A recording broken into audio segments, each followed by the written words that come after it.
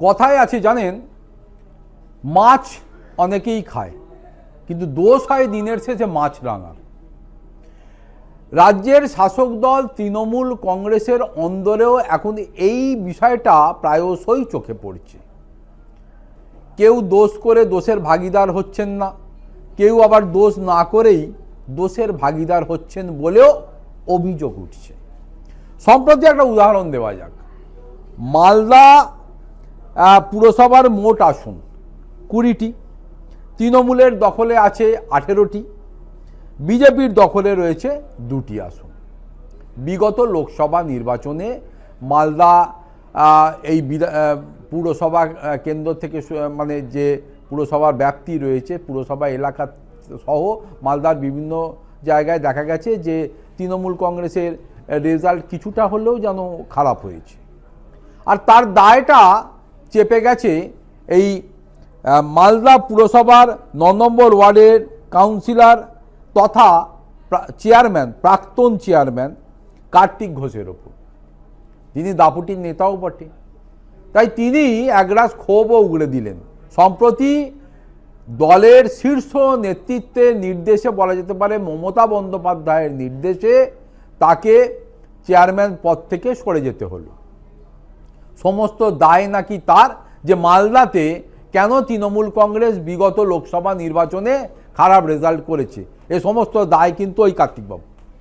তিনি যেহেতু মালদা পুরসভার চেয়ারম্যান ছিলেন, অতএব নিশ্চয়ই ভালো কাজ করেনি, জনসংযোগ থেকেও ভালো রেজাল্ট নেই, তাই খারাপ হয়েছে ফলাফল, এই ভেবে সব দায় ওই ভদ্রলোকের উপর। অতএব 9 নম্বর ওয়ার্ডের কাউন্সিলর কার্তিক ঘোষ, তিনি প্রাক্তন চেয়ারম্যান ছিলেন, তাকে সরে যেতে হলো। সে জায়গায় এলোকে না 12 নম্বর ওয়ার্ডের তৃণমূল দলের কাউন্সিলর বিভূতি ঘোষকে ঢাক ঢোল পিটিয়ে, এমনকি বাজিও ফাটানো হয়েছে, যে তাকে ফুলে পুষ্পস্তবক টবক এনে তাকে ওত নেওয়ানো হয়েছে এবং বর্তমানে মালদা পুরসভার চেয়ারম্যান পদে তিনি আসীন হয়েছে। 20 জন কাউন্সিলরই উপস্থিত ছিল, 18 জন তৃণমূলের, 2 জন বিজেপি কাউন্সিলর। তারাও ওই দিন ওই শপথ গ্রহণ অনুষ্ঠানে উপস্থিত থেকে সব কিছু আলোকিত করেছিল। বিষয়টা এখানে নয়, সেটা হলো যে মালদা পুরসভা শুধু নয়, ইংরেজ বাজারেও রেজাল্ট খারাপ হয়েছে, কিন্তু তার দায় কারুর উপর বর্তায়নি। মালদা পুরসভার এই পুরো খারাপ রেজাল্টটার জন্যে শাসক দলের ওই মালদা পুরসভার চেয়ারম্যান দায়ী এবং তাকে স্কেপগোট করা হলো। এই বিষয়টা এখনো পর্যন্ত কোনোভাবেই মানতে চাইছেন না কার্তিকবাবু। দীর্ঘদিন তিনি দাপুটের নেতা শুধু নয়, দীর্ঘদিন তিনি মালদা পুরসভার চেয়ারম্যান হিসাবে মানুষের কাজ করেছেন, উন্নতি হয়েছে বলে তিনি দাবি করেছেন। এবং মালদা পুরসভার মধ্যে যারা রয়েছেন, সেই বেশ বরিষ্ঠ অনেক তৃণমূল নেতা, তারা কিন্তু ঠাড়ে ঠাড়ে বলছেন যে কার্তিকবাবু কিন্তু কাজটা যে খুব খারাপ করেছে এমনটা নয়, কিছু ভুল ত্রুটি হয়তো হয়েছে, কিন্তু তা বলে দুম করে কার্তিকবাবুকে যে সরিয়ে দেওয়া হবে, সেটা কিন্তু এই চেয়ারম্যান হিসাবে পদে থাকা অবস্থাতেই তিনি বুঝতে পারেননি। হঠাৎই তাকেই স্কেপগোট করে দেওয়া হয়েছে।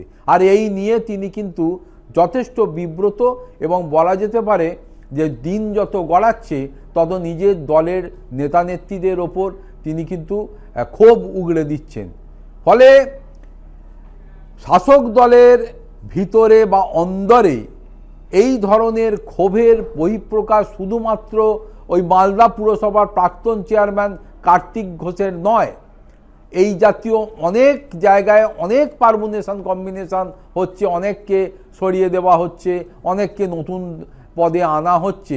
আর তাতে কিন্তু এই 2026-এর বিধানসভা নির্বাচনের আগে দলের অন্দরে এই ধরনের কোন্দল বা এই ধরনের এই ডিপ্রেশনে চলে যাওয়া মানসিকতা যাদের তৈরি হচ্ছে, তার একটা প্রতিফলন আগামী 2026-এ এ রাজ্যের বিধানসভা নির্বাচনের রেজাল্টে আদৌ পড়বে কিনা বা পড়তে পারে কিনা, এই বিষয়টা নিয়েই কিন্তু রাজনৈতিক মহল চর্চায় শুরু করেছে।